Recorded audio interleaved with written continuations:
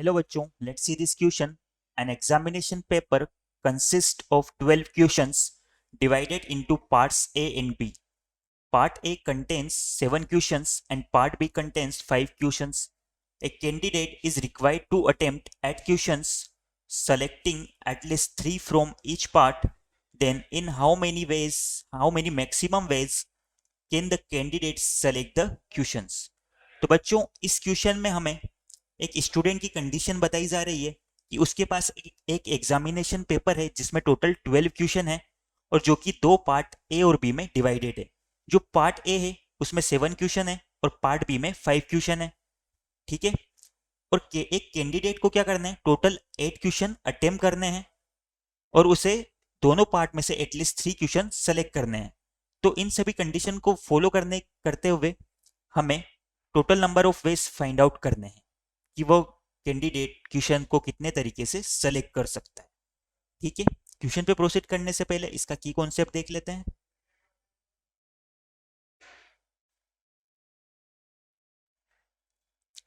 जो हमारा question paper है उसमें टोटल 12 क्वेश्चन है।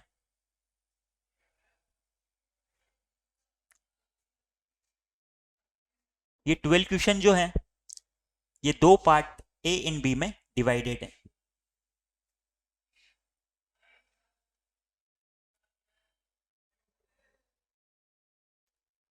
जो हमारा पार्ट ए है इसमें 7 क्वेश्चन है और हमारा पार्ट बी है उसमें 5 क्वेश्चन है।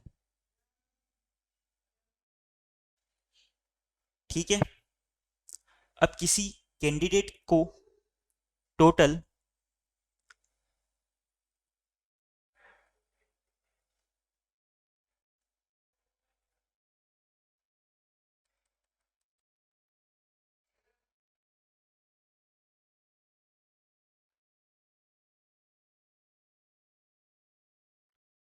टोटल अटेम्प्ट किसी कैंडिडेट के लिए टोटल 8 क्वेश्चन अटेम्प्ट करने हैं और कंडीशन क्या है बच्चों कि उसे कम से कम 3 फ्रॉम ईच पार्ट यानी कि हर एक पार्ट में से उसे 3 क्वेश्चन अटेम्प्ट करने हैं। ठीक है। नाउ इसके रिगार्डिंग हमारे पास टोटल 3 केस बन सकते हैं। सपोज हमारा केस 1 है कि जो कैंडिडेट है वो 3 क्वेश्चन तो यानी कि 3 क्वेश्चन तो पार्ट ए में सेलेक्ट कर ले और बाकी बचे हुए 5 क्वेश्चन वो क्या करे, पार्ट बी में से सेलेक्ट कर ले। यानी कि 3 from a and 5 from b. दूसरा केस कैंडिडेट के पास हो जाएगा कि वो पार्ट ए में से 4 क्वेश्चन सेलेक्ट कर ले और केस सेकंड हो जाएगा हमारा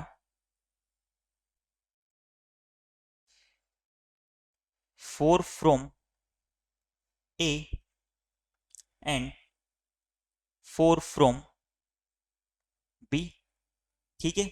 और हमारा लास्ट केस हो जाएगा कि वो 5 क्वेश्चन तो पार्ट ए में से सेलेक्ट कर ले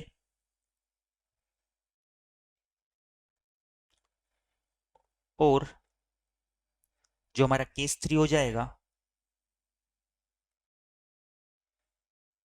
वो हो जाएगा 5 from a and 3 from part B.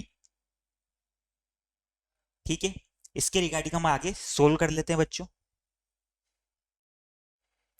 तो जब वो 3 क्वेश्चन पार्ट ए में से सेलेक्ट करेगा तो उसके क्या तरीके होंगे, पार्ट ए में टोटल 7 क्वेश्चन है तो ये हो जाएगा 7C3 into 5 question from B यानी कि पार्ट बी में 5 क्वेश्चन है तो 5C5 और की जगह हमारा आ जाएगा प्लस साइन 4 फ्रॉम ए यानी कि 7C4 इंटू 4 फ्रॉम बी यानी कि 5C4। इसी तरह से फिर से और की जगह प्लस साइन आ जाएगा 5 फ्रॉम ए यानी कि 7C5 इंटू 3 फ्रॉम बी यानी कि 5C3। नाउ इनकी वैल्यूज हम कैलकुलेट कर लेते हैं। तो ये हमारा सिंपली इक्वल आ जाएगा 7c3 इक्वल होगा factorial 7 divide by factorial 4 into factorial 3, और हमारा 5c5 इक्वल हो जाएगा 1 के, प्लस जो हमारा 7c4 है वो इक्वल हो जाएगा factorial 7 divide by factorial 4 into factorial 3, और हमारा 5c4 इक्वल हो जाएगा 5 के, प्लस हमारा 7c5 इक्वल हो जाएगा 7 इंटू 6 डिवाइड बाई 2 के, और हमारा 5c3 इक्वल हो जाएगा 5 इंटू 4 डिवाइड बाई 2 के। इन्हें आगे एवेल्युएट कर लेते हैं बच्चों। तो ये हो जाएगा 35 प्लस ये वैल्यू हमारी आ जाएगी 175, और ये वैल्यू हमारी आ जाएगी 210। फाइनली सम होके हमारा आंसर आ जाएगा 420। ठीक है, ये हमारा आंसर हो जाएगा। I hope you understand it well. Best of luck.